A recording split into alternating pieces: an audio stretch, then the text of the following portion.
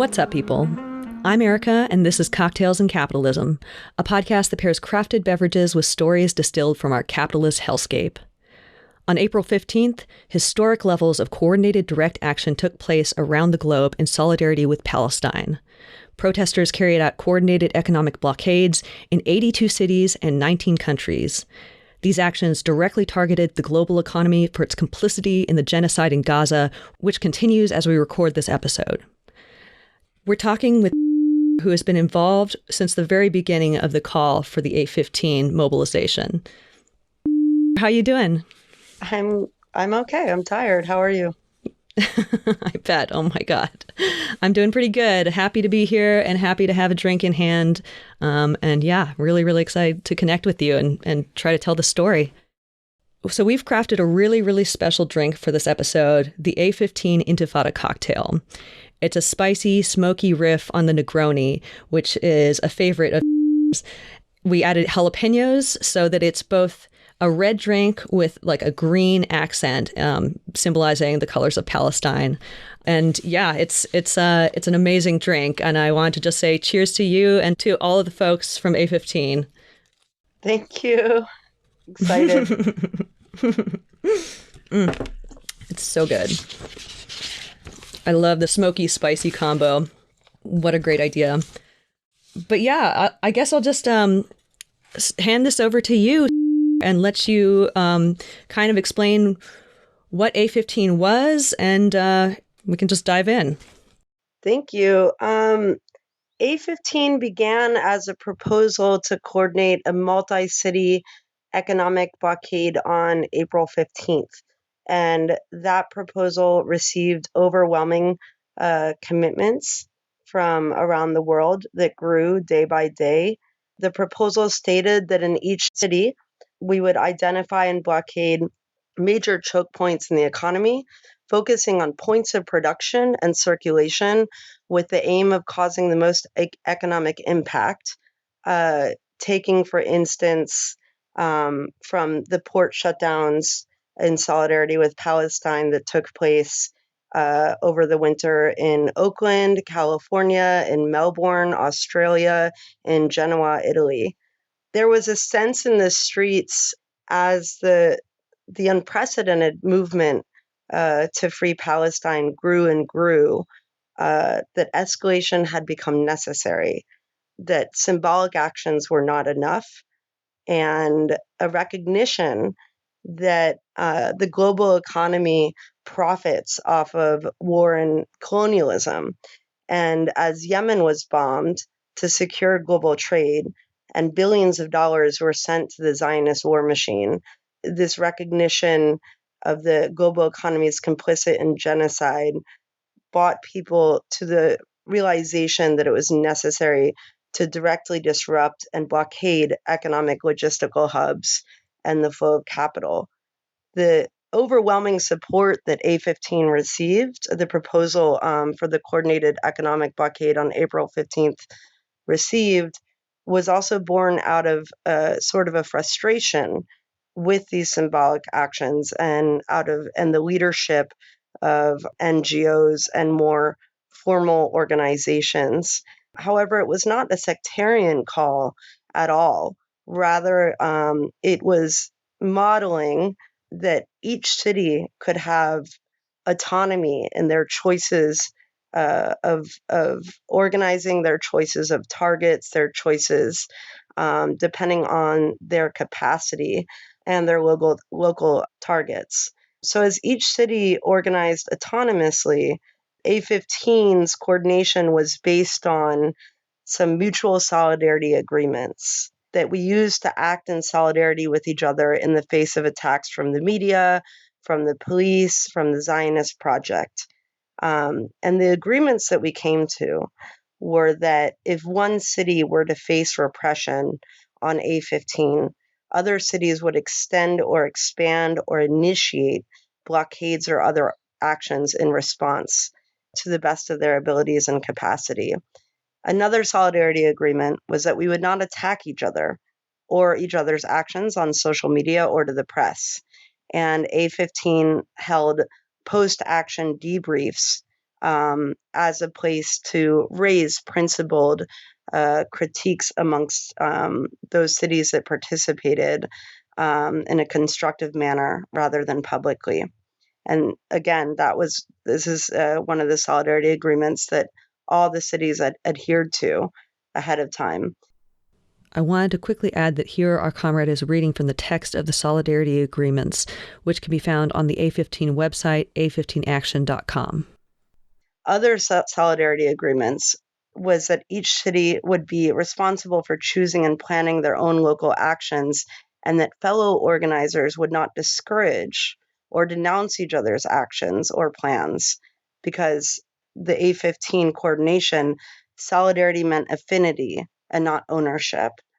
And the last agreement in the A15 coordination was that each city would keep each other safe internally and externally by not talking to the police, not coordinating with the police, not talking to them, period.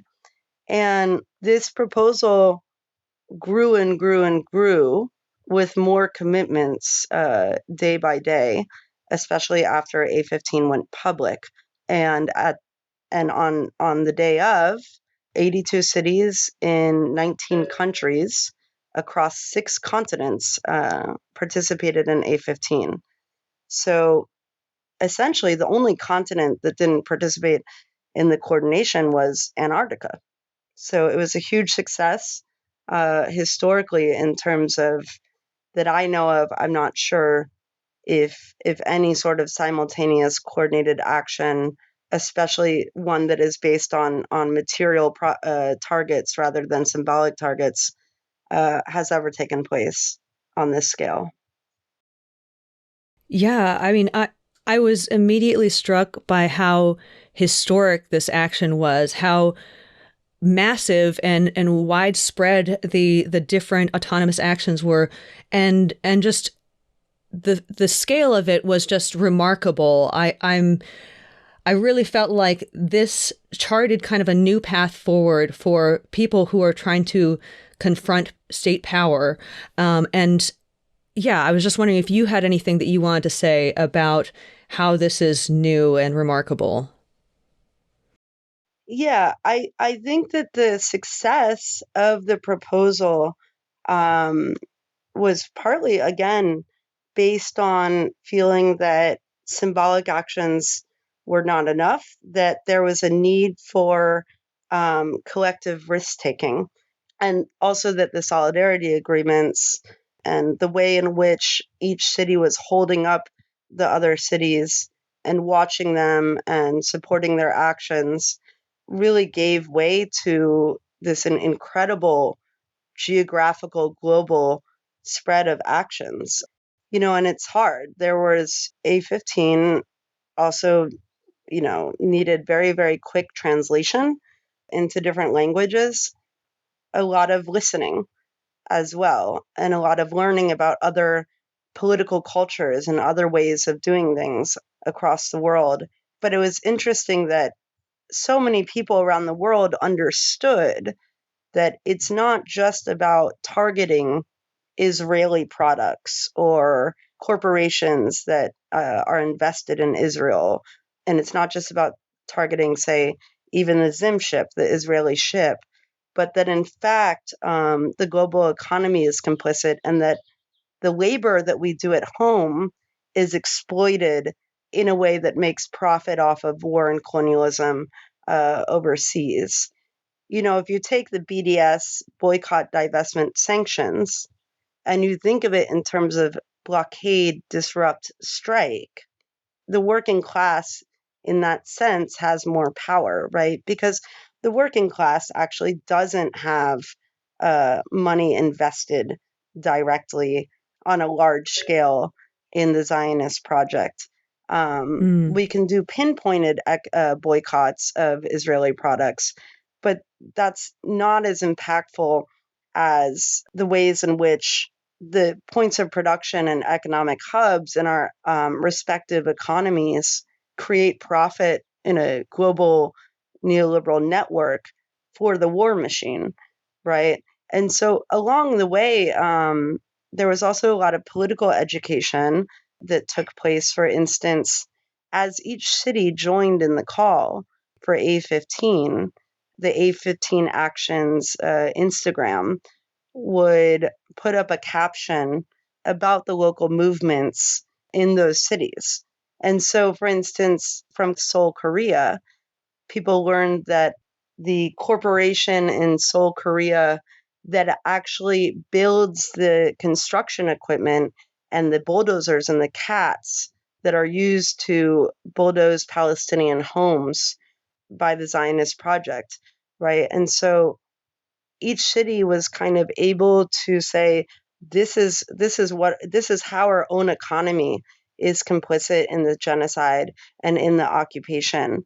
And this is the ways that we resist. And these are the problems that we face. And so at the same time, there was a lot of amazing learning that was going on together with the support of one another through the cities.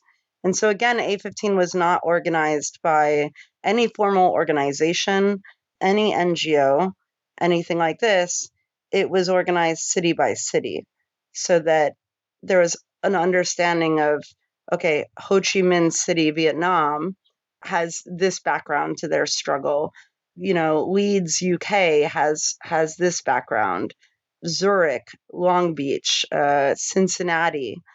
There was a lot of connecting in the context of different locations struggle that all came together to disrupt economic hubs.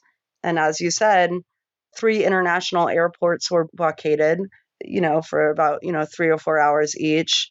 Nearly a dozen ports were impacted by various actions around the world, 20 factories, and utterly innumerable commercial highways. And so we found that at once, geographically, each city has its own kind of situated struggle. What actually connected us was the global economy in the terms in which we are all exploited in our different locations for a system that profits off of war and colonialism. Amazing. Yeah. I love that the new version of BDS that you listed, blockade, disrupt, strike, that is brilliant. And I love it. And it's so important to highlight that, the working class, they don't have that money to boycott, divest, sanction for that to be as effective as it could be, unless everyone is doing it. And, we all pull our money out. It's hard for that to have a massive impact. But for individuals who are in the working class who want to disrupt and use direct action, few people can shut down a highway.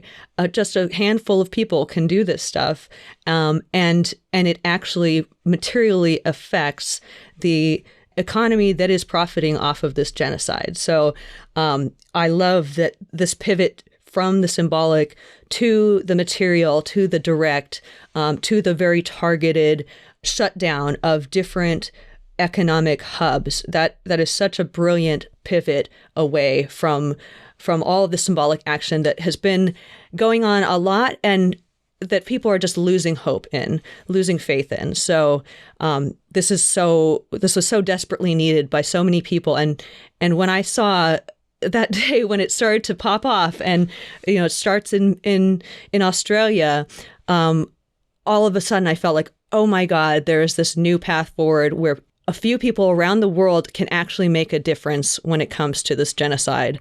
And it was just so beautiful. So, and I also just wanted to highlight another thing that you were talking about, the combination of autonomy and solidarity. And I think that's such a beautiful combination that people should take inspiration from moving forward with other movements, because state power is very, very good at coming down hard on people who are organized into, specific organizations that are doing actions. But if you are decentralized, if you are acting autonomously, and you are still supporting each other and having agreements where you can act in solidarity and support each other in that way, it's just a beautiful way to be able to do this action while being able to kind of protect the people involved, I think. Is that an accurate representation of why that's so important? I guess what should be said is that A15 assumed that we didn't have to change anyone's minds about Palestine, simply that there was a need to provide a structure for new models of organizing. And that hypothesis proved correct. It was one of the central departures from the organizing that had happened beforehand, before A15. And the new model for organizing was under the premise of combining solidarity with autonomy, of creating affinity rather than ownership, and building supportive connections through a basis of solidarity agreements rather than just putting out calls to action and hoping that people answered. So the focus on symbolic actions, I think, looking back in retrospect, was based on the idea of winning hearts and minds. But A15 was successful because of the correct and proven hypothesis that there already was and is mass and global support for Palestine. It was a different sort of decentralized autonomous action because there were not only agreements to keep each other safe from the state, but agreements that that people would be very, very principled in their organizing and to provide a space for internal critiques. It worked, even the fact that people were so ready to move beyond symbolic actions and to move without the organization of formal organizations or NGOs in of itself is a threat to the Zionist project. If the global economy is going to coordinate to destroy Gaza, to give cover to the Zionist project, then at this point they know that the grassroots movement against colonialism and for a free Palestine is also ready to organize. I love that. That's beautiful. I was wondering, do you think you could say a little bit more about like some of the actions that actually took place on April 15th? Sure. In Athens, Greece, people went out and blockaded the entrance into their maritime port there. And of course, Greece has been used as a logistical hub for NATO for a long time. In Shannon, Ireland, where there's an international airport, as well as in Seattle and as well as in Chicago, those international airports experienced blockades on the roads into those airports. To my knowledge, Australia very, very much targeted factories. And across the U.S., there were shutdowns of bridges, of interstates, of different sorts of factories that are complicit in the genocide. For those who are watching the A15 Instagram page, starting on the 14th, April 14th in the US was when Australia woke up and began their blockades. And then the comrades in Taiwan and Seoul and Vietnam woke up and started their actions. And then as the Americans went to sleep, Europe began doing blockades from the ports to highways to factories across Europe. And that all went on the A15 Instagram. And then, of course, the East Coast of the United States woke up, the Midwest, and then California. So it began with Australia, went all the way around the globe as the sun rises, and ended on the West Coast. And so I heard a lot of stories of people just watching all these actions pop up as the sun rose across the globe. And it was just action after action after action, just watching the Instagram and crying. But for example, in Oakland, California, the region's largest commercial highway, which is Interstate 880, that goes between the Oakland port, which is the fifth largest port in the United States, and the airport, a major hub of trucks and commercial goods and commodities. A group showed up on northbound 880 and locked themselves to barrels of concrete with rebar thrown in that, according to the news reports, that were 280 pounds each. and they locked down in a line to these barrels across northbound 880. And about an hour later, a publicly called action marched on southbound 880. 880 is a beast of a highway. And so 880 was completely shut down, and its proximity to the port meant that without even marching on the port of Oakland was shut down. Nobody was able to go to work. And actions of this type took place in 82 cities. So it's really, really hard to give a real rundown. Montreal had action on their port. Some cities that targeted their ports did so for the first time ever. So it was also kind of, a learning experience for some cities of, wait, what are the points of production here? How does, like, where in our local economies is the global economy really boosted? And so it was complete disruption and chaos. Australia had, I believe, 10 locations in Australia were involved in blockades. And I know that leading up to A15, Australian media and the state really freaked out about it. And we're very prepared that there's going to be major disruptions. That they just didn't know where. So yeah, with that many, with 82 cities and 19 countries, it's hard to go down the whole list of everything that happened. But if anyone's interested, you can go to A15 Actions on Instagram and scroll back and see everything that happened within those 24 hours. And then, of course, the Columbia encampment started on the 16th. No Tech for Apartheid started on the 16th. The escalation began with A15. Yeah, that blew my mind. I have been I've been barely sleeping since A15. Really, I did not sleep at all the night of as things were happening in Australia, as everything kept popping off. I was just so in awe and so glued to my phone, looking at every single development, every single country, and just I was like near tears, elated, just so I'd never seen anything like that in my whole life. And it was so exciting, especially knowing that people are suddenly realizing all of these economic hubs. They're understanding these important points within their economies that are crucial and that can be acted upon.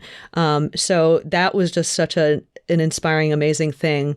I was wondering if, can you share anything about like the lead up to the proposal for A15? The situation in Gaza became so unbearable. I mean, it has been unbearable. 75 years of occupation is unbearable. But I think that Gaza became the final straw. I think for people in the US, when Aaron Bushnell self-immolated in front of the Zionist embassy in DC and died as a result, after there had been so many mostly symbolic actions in the US, it seemed like, really, are these the choices that the movement has given to each other and to people, between symbolic actions where there's a frustration that you're not materially impacting the war machine that is the global economy, and self-immolation, that those shouldn't be the only two choices.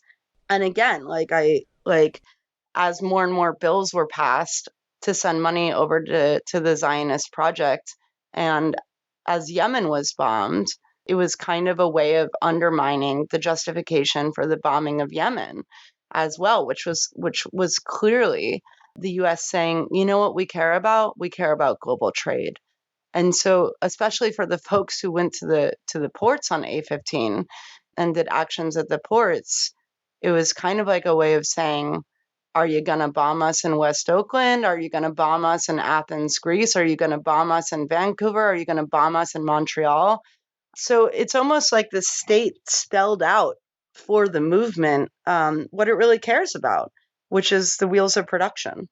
And that's why people were very ready across the world to blockade arteries of capitalism and jam the wheels of production. Incredible. A15 was certainly a historic action. There were folks from the West Bank and folks from Gaza that were writing in saying that they were in tears to see something spread so quickly and so simultaneously across the globe, especially for our Palestinian comrades. You're organizing through pain, and there was a great need to really stop and listen to the pain in which people were feeling at the same time that they were putting so much work into organizing. I think every movement grapples with the ways in which gendered and racialized capitalist division of labor is reproduced in the struggles against those very same exploitative structures. Every organizing effort should directly tackle the ways in which invisibilized, feminized, non-celebrated work often falls on women, BIPOC people, the people who capitalism already relegates invisibilized but super crucial labor to. While A15 actions took place horizontally, autonomous and horizontal structures don't create immunity per se from needing to really self-consciously build rigorous feminist and anti-racist analysis and practices. And so when conversations about how to integrate a feminist and anti-racist practice aren't consistently taking place, it ends up being that lots of difficult, overlooked, and sleepless background and support work falls on marginalized groups whose labor is already exploited in capitalism along the same lines. So, to really build feminist and anti-racist political formations, we need to always be looking at how organizing labor falls across gendered and racialized lines and whether or not our own movements are reproducing the systems that we hate, or whether our movements are actively rebelling against them. And I think a beautiful thing about A15 was that at the very least, there was a serious and self-conscious effort to directly confront and grapple with these questions. And that's so crucial to the folks that are getting out there and putting, risking arrest and everything. They need the support from other folks who are doing the background work. And that is always going to be an important component of these kinds of actions. So I'm glad that you brought up that point. You were talking about how crucial it is to be organizing with Palestinian comrades who are dealing with so much pain right now, who are being directly affected by the genocide in Gaza, many of whom have lost countless family members and are just going through hell while trying to stand up and make a difference here. I was wondering if you had anything else you want to share about doing that kind of work in solidarity with Palestinian comrades. Yeah, I think again, as A15 stated in the solidarity agreements, that solidarity is affinity, not ownership. And building affinity really means understanding and listening to people's pain. And that kind of like care labor and listening and supporting is often delegated to women or feminized people, but it's something that the whole movement needs to be able to hold without falling into the NGO framework of ownership over certain identities. Because certainly, most of the Palestinians that were organizing during A15 were not, represented by NGOs and large formal organizations that kind of take ownership over folks' identities. The same with JVP. I'm an anti-Zionist Jew. I'm not a member of JVP. When we say affinity, that solidarity means affinity, we need to think beyond affinity in terms of not talking to the police, for example, or in terms of jail support. But we also need to think about affinity in terms of deeply understanding the pain and the fatigue and the devastation of folks who are impacted in different ways. And at the same time, I think A15 really took its inspiration from Palestinian resilience and from Palestinian resistance and attempted to build a movement that demonstrates that same kind of resilience based on struggle and affinity. Amazing. Yeah.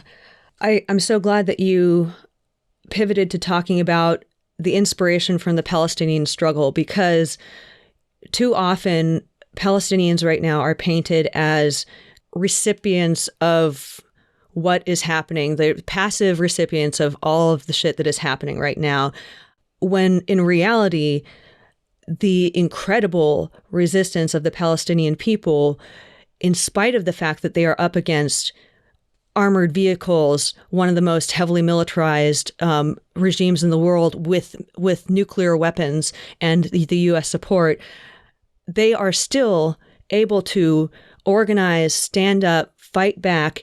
And that kind of beautiful resilience, that kind of beautiful resistance is so inspiring. So while we're acknowledging the suffering and trying to be there for our Palestinian comrades in that way, I think it's also so important to shine light on the fact that Palestinians are the ones who are inspiring all of us. They are the ones, they are the agents of their own futures and their own change, and the actions that are spiraling outside of Gaza are in large part because of the resilience that we've seen within Gaza. And so I'm just really glad that you brought up the inspiration from the Palestinian struggle. That's so beautiful.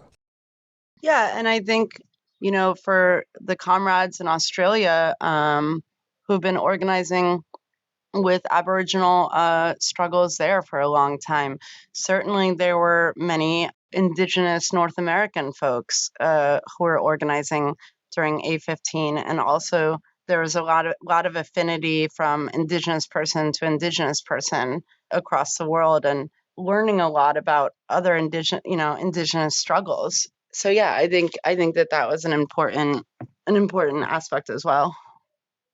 Absolutely. I was wondering if we could talk a little bit about the scale of the financial impact. Do you have a sense for the effect of these targeted actions in terms of dollar amounts?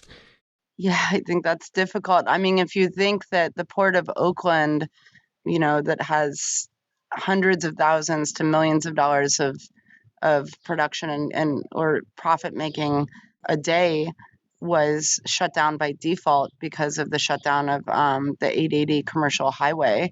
And you think about the port actions around the world and the actions at the factories, it seems to have been millions, if not billions of dollars that were lost.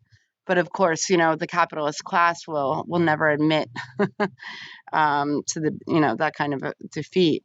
Not only did it cost a lot of money to the capitalist class and that profits off of war and colonialism, but it also demonstrated that people can be in solidarity with each other around the world, that there is a global movement, and as well that that people were ready to escalate. Aside from the estimated dollar loss, I think a threat to the Zionist project was in fact the geographical scale, the participation of so many diverse groups of people, from Seoul, Korea, to various countries in Europe, all over North America, all over Australia, that we are not disconnected. We are connected in our struggles and in our affinity, and have the ability to do simultaneous actions with each other. And so even if there was not such a large scale of dollar loss as it seems that there was, demonstrating a coordinated effort around the world in of itself is a threat to the Zionist project, and a sign that the movement is learning, and the movement is learning quickly. Sometimes in broad social movements, the kind of learning that would otherwise take place over years takes place over weeks or months, and so we've seen that in the shift of attitudes towards the Zionist project, towards the complicity of the U.S., and we've seen that in the shift of attitudes towards escalation and material blockades, rather, and that then bled into the students across the U.S. resisting the police rather than symbolic actions and fear. So there was possibly billions of dollars of profit loss on A15 during the economic blockade, but I think as well what people lost was fear, and what they gained is a sense that none of our struggles, none of us, are alone. Um, you know, 82 cities came out in support of Palestine, but also in support of each other. Yeah, I mean, it's not just, the economic power that was leveraged here, but the people power that was leveraged, the sheer number of people who were willing to risk so much to do these actions. And that is just like, my mind was fucking blown to watch all of that, to watch so many people being willing to do this. Because I've engaged in direct action before. I've done lockdowns, I've done hunger strikes, I've, sit-ins, things like that. And, I never back in those days did I think I was going to witness something like this to this scale.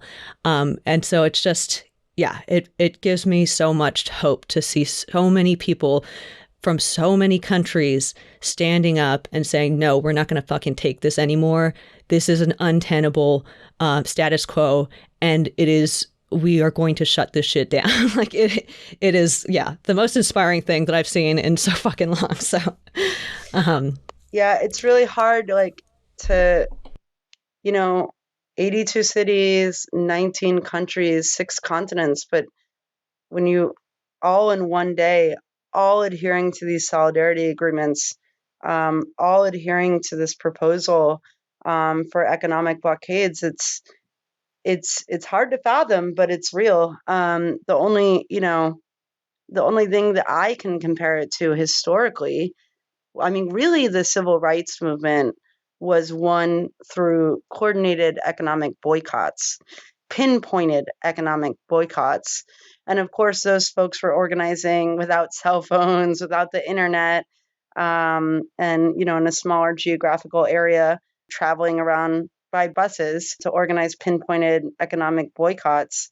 And during Occupy in the US, there was a coordinated West Coast port shutdown in which the Occupy movement up and down the West Coast of the United States coordinated to shut down the ports on the West Coast in response to the state coordinating evictions of the Occupy encampments.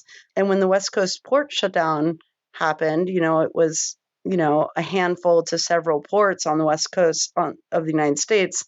That in of itself caused a backlog of maritime commercial traffic that was impacted weeks later, even in Asia. So the scale is remarkable, but it also demonstrates the scale of pain. But, as was said in A15, the pain of the Palestinians is our rage. Mm-hmm. And I think, it also, A15 also happened in an extremely healthy way. There was no sectarianism during or after. There was no nasty stuff written on the internet about one city or another. The movement really came together and said, look, we can be principled, and we can coordinate and do action simultaneously, and we can adhere to solidarity agreements and really have each other's backs. Any advancement in the movement and learning along the way, especially on that scale, again, and learning from each other's struggles, I also have not seen anything like it. So I agree. It's hard to imagine, but it's also hard to imagine that the Zionist project actually thinks that they can go as far as they can go without a mass global response. And that mass global response arrived on A15, and it continues through the proliferation of the student encampments, which are now spreading in other countries as well. Yeah, absolutely. And I don't know if you want to talk about the encampments and how they might have been inspired by A15, or if that's even something that you can talk about. Like within our lifetime, and New York put out a communique that said a spark can cause a prairie fire, and that A15 did inspire the escalation on the college campuses. It's totally possible. In 1968, folks were inspired by seeing movements in different places. Of course, 68 was not like A15 because it was spontaneous. Yeah. Who knows? Sometimes folks are just waiting for other people to kind of like step up. And I think people were really frustrated in the United States by call outs to shut things down that didn't materialize in something that felt tangible. And I think when people see things done with a lot of solidarity and a lot of determination and a lot of careful thought put into it, there's a response.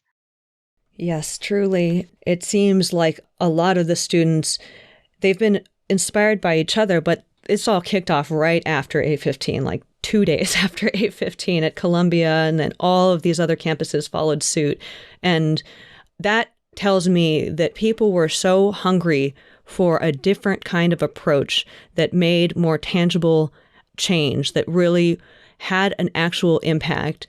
And so as soon as they saw people actually doing that, they were ready to step up and follow suit, do the exact same. And yeah, I mean, the scale of the college campus protests right now, of the encampments and the occupations, is also just remarkable and blowing my fucking mind. I have not slept these past 2 weeks because this shit is just so historic. It gives me so much hope for the future. And all of a sudden, I think people around this country are feeling like, okay, we aren't just passive observers of everything that's happening in Gaza.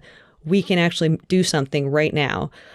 I'm so thankful to the folks who were involved in stepping up on A15 for maybe helping to start that kind of chain reaction there, even though it was all decentralized and autonomous. Again, A15 is affinity, not ownership. So it's hard to say A15 started this. But A15, did call for extensions of actions should there be police repression on A15. And there was police repression. And in total, there was 482 arrests approximately, which, considering the scale of actions, is very low. But people in Montreal were tear gassed. Like in Australia, there was police repression. There was a lot of feedback from people all over the world, actually, leading up to A15, asking, how can I get involved? Like, this is exactly what needs to happen, and stuff like that. So yeah, I think A15 is certainly, like, there's a lot of overlap between the people involved in encampments, and the people who threw down on A15 were also students, a lot of different community members. Without giving credit to A15, I think we can say that there was a lot of affinity that was built in the lead up to A15, as well as the spirit of a need to escalation, especially after the flower massacre, with the threat of the invasion into Rafah, and also with just the building of communities speaking to each other across like a geographical divides. You brought up the 482 arrests, and I thought, it might be a good time to talk about some of the response from the state.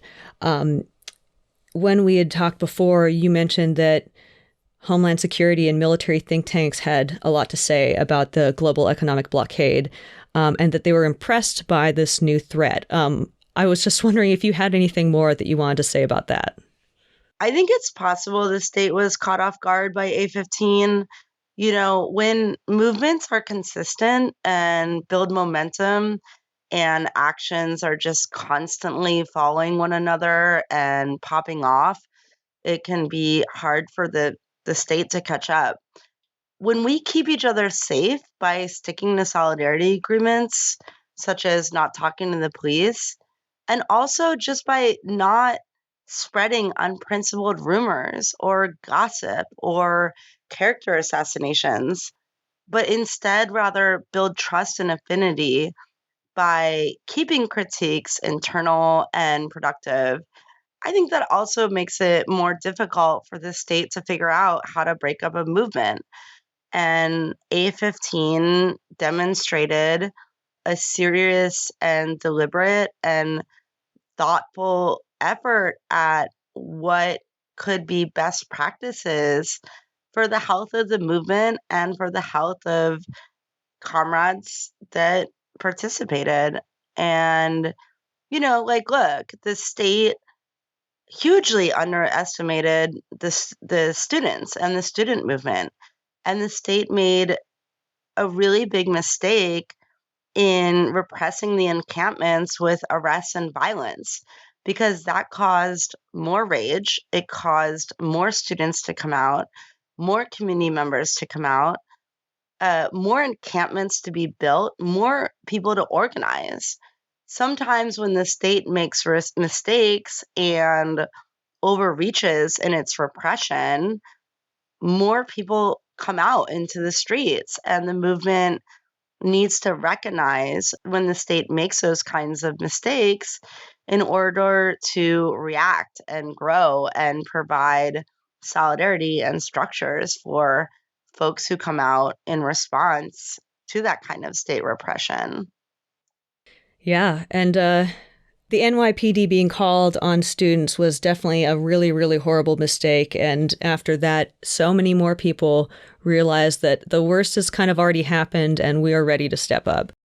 Sometimes the issue with spontaneous movements rather than kind of coordinated movements is how do we continue that sense of affinity and solidarity and having each other's backs and escalating at the same time. So, it's something to think about. Every movement is pedagogical in a sense, and recognizing our mistakes and what we could have done better is also something that that's necessary to think about as we go along.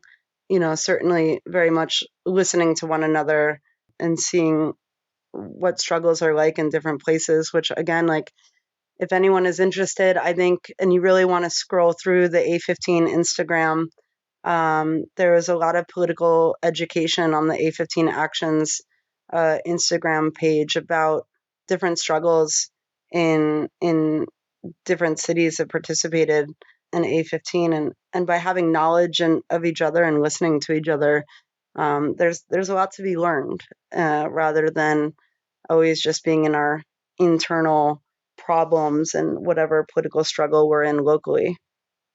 Definitely. I was kind of amazed to hear in some of the coverage that I was following by more mainstream media outlets.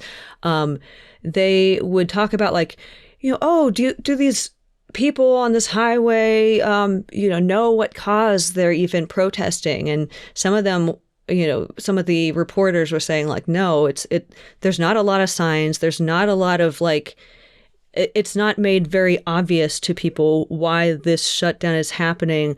Do you know if that was a deliberate strategy to not alienate people, or was that, like, yeah, do you have anything that you'd want to share about that?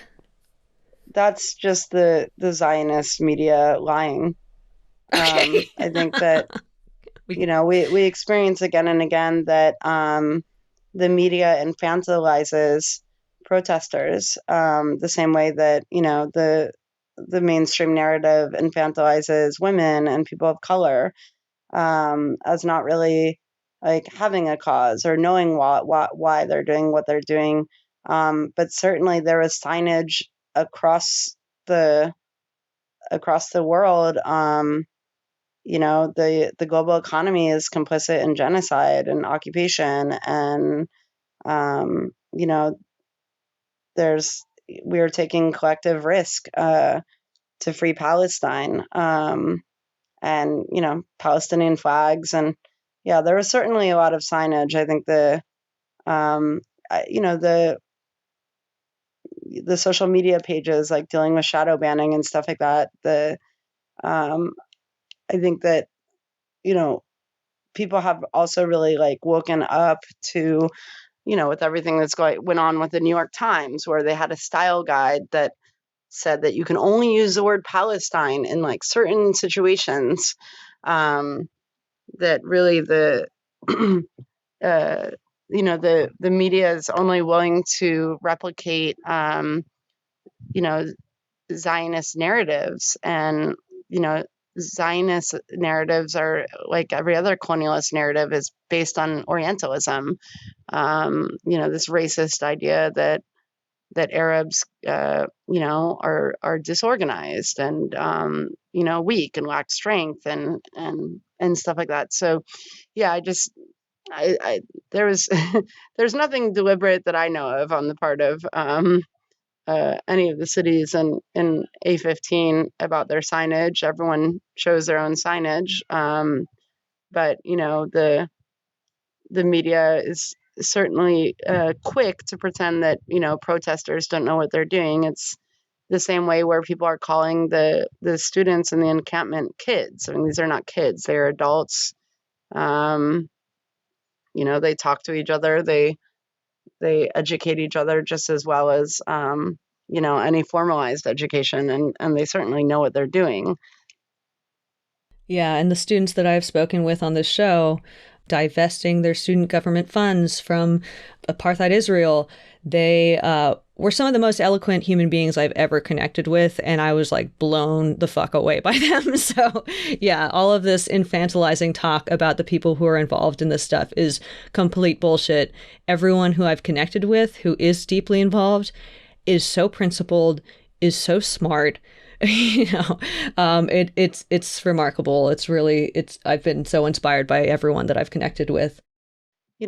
As a Jewish person, it's extremely anti-Semitic and of the media to repeat these Zionist lies that Palestinian protests put Jewish students or Jews in danger, when in fact Zionism co-opted Jewish identity for a colonialist project. And Zionism is also based on the erasure of the rich history of Jews on the left, especially in Europe, especially for young, secular, urban Jews in the interwar period, where being a communist or being an anarchist was the most compelling way to be Jewish.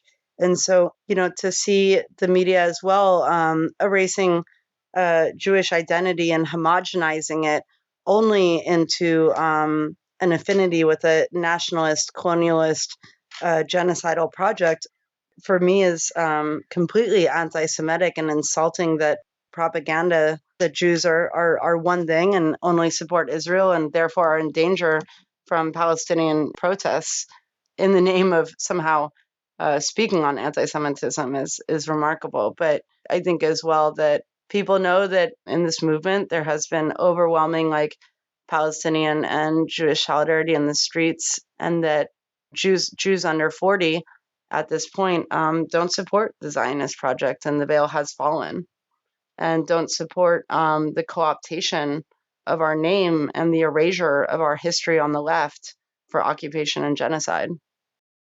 So watching on YouTube some of the content that's being put out and on social media, a video was shared saying that escalation has only just begun. And I was wondering if you could share anything about what might be happening in the future.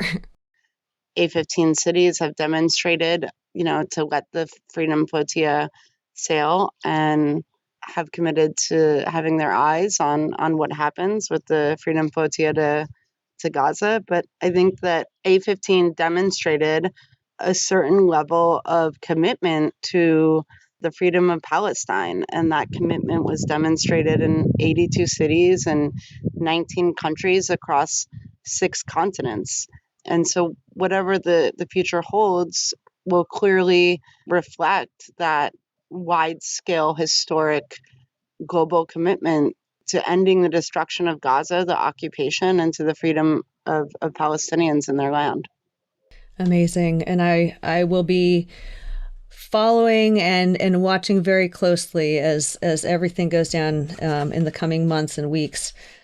So before we tie up this conversation here, I kind of wanted to get back to the cocktail, which is kind of it sounds ridiculous, but um, before we actually had this conversation, we talked before about how complex it is to be navigating wanting to celebrate the successes of A15 while also simultaneously acknowledging the seriousness and the horrors of what is happening in Gaza to the Palestinian people, and how complex that is.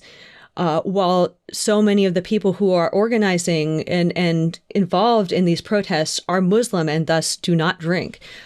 So this is, we wanted to acknowledge that that is like a complex, weird thing, while also saying that, yes, we want to celebrate and recognize the fact that A15 was a historic victory for the movement for Palestinian liberation. So I wanted to just bring that up, see if you had anything to say about how kind of navigating that complexity here. Yeah, certainly. I mean, I think a lot of friendships, like any movement, friendships were forged through A15, and even through pain, there's laughter. Like Palestinians teach life. Palestinians teach life. And I think that if we can only hold each other in laughter, we can't hold each other in pain. And if being able to like laugh and have fun with each other is also a way of holding each other through pain. I think it's about friendship and affinity. So of course there's been a lot of joy that A15 was successful and that we had that people had each other's backs.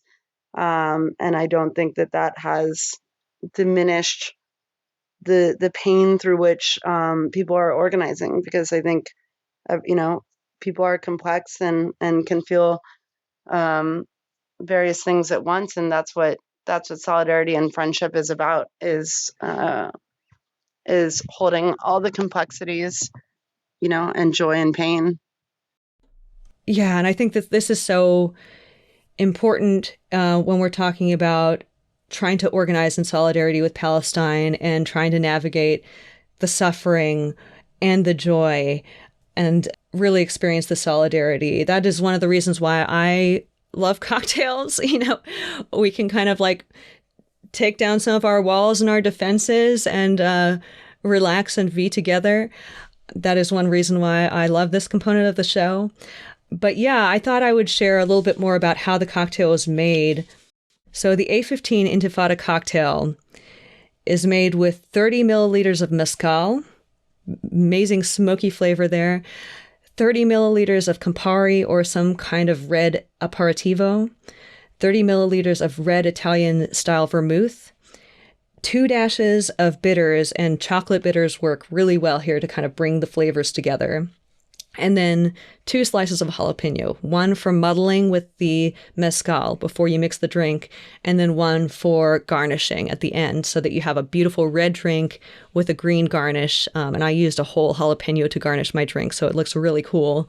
But yeah, I wanted to bring this up again also because like I thought that did a really brilliant job of suggesting a drink that is both like smoky, kind of representing the fiery element of A15 and these actions, with a drink that is also spicy and has the red and green of Palestine. So it is just like the perfect thing to kind of enjoy some solidarity together with our comrades who are fighting for Palestinian liberation hand in hand.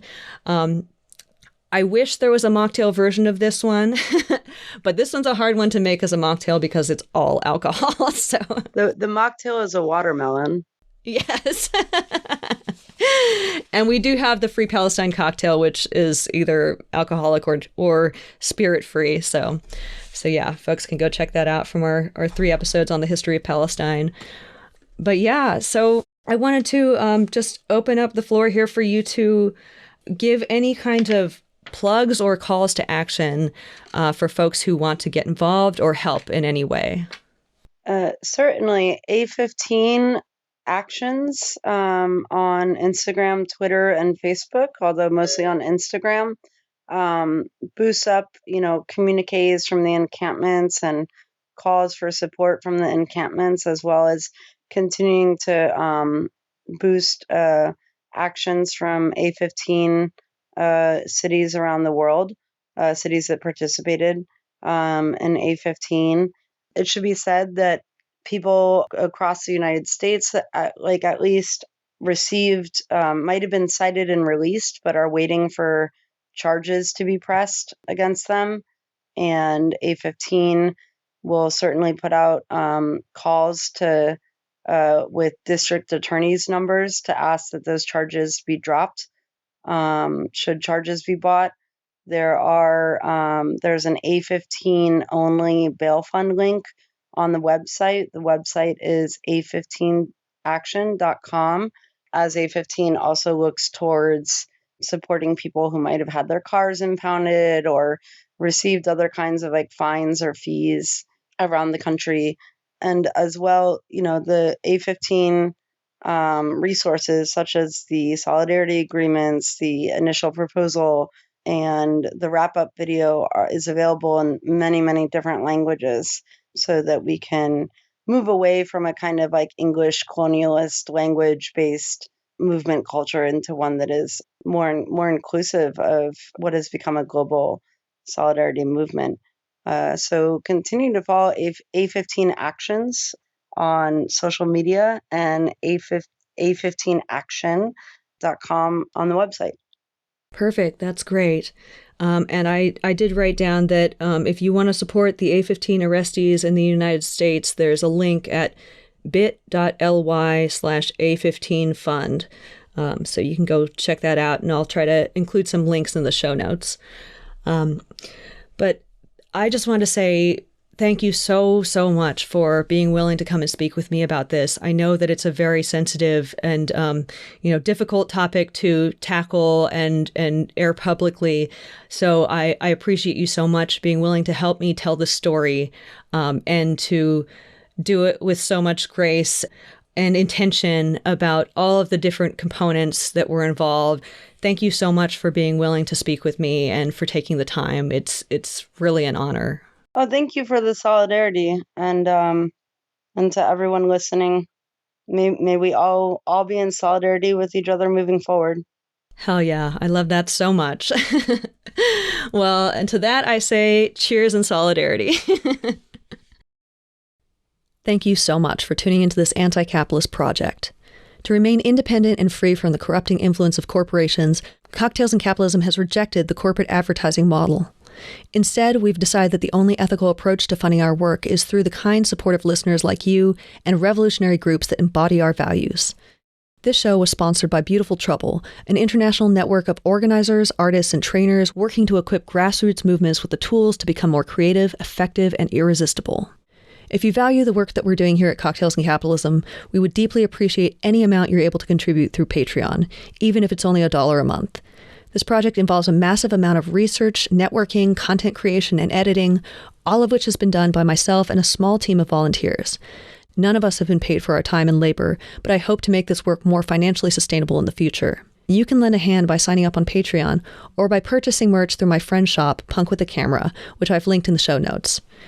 For those of you who are unable to contribute financially, which is totally understandable in this fucked up economy, you can still support the show by giving us a rating and writing a review on Apple and Spotify. Doing this would really help to increase our visibility. This anti-capitalist project is still quite small, so telling your friends about it can actually make a significant difference. Please follow us on Instagram, where I'm most active, as well as Threads, TikTok, and Twitter. That's right, fuck you, Elon. As those of you who are following already know, suppression of the kind of content we talk about on the show is rampant on social media. By engaging with and sharing our posts, you can help to counter this repression while inviting others to learn about the current anti-capitalist struggles for social and environmental justice. Big thanks to John, our producer and audio editor, Jesse Torres, our resident anti-capitalist bartender, Dredd, our video editor, and Anthony, who's been helping me with social media.